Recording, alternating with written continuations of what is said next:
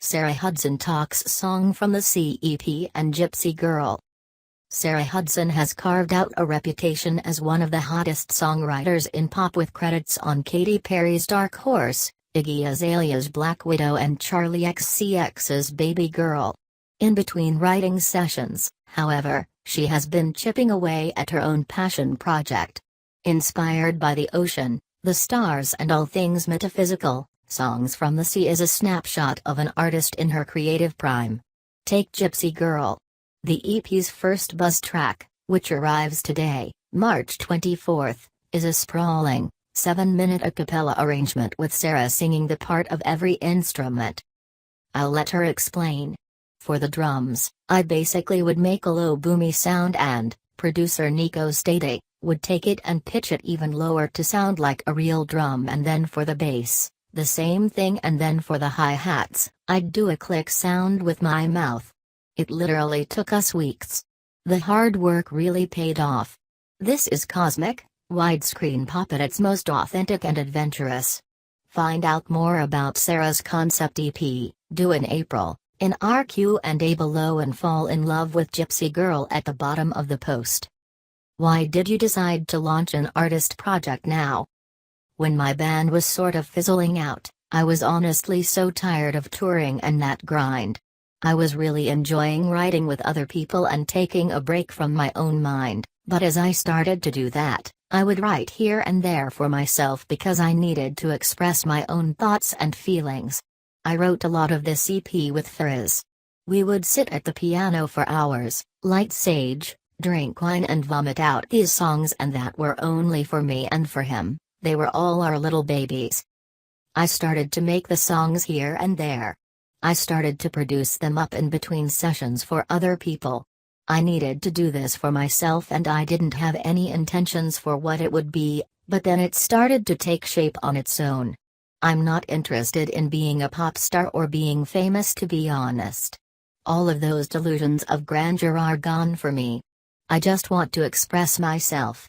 I felt like this was the perfect way to do it. The EP is called Songs from the Sea. What role does the ocean play? The first song on it is called Mermaid. I always been obsessed with mermaids ever since I was little. I think that I am a mermaid, that I lived in Atlantis in a past life. I wanted the whole aesthetic to be like you just drank ayahuasca tea in an underwater kingdom. I wanted the EP to sound like a lucid Enya-like dreamscape. The ocean has always been one of my biggest inspirations, because it's so incredibly magical and it's such a force of its own. These songs are like the ocean to me. Are there really no instruments on Gypsy Girl? I worked with this incredible producer who's one of my good friends. His name is Nico Stadi, and he is such a genius with harmonies and chords. We were so obsessed with Imogen Heap's song Hide and Seek. We were listening to all these a cappella songs at the time, and we just really wanted to do one. How we did it was, he would basically play the chords of the song, then solo each one of them, and then I would mimic each note of the chord with my voice.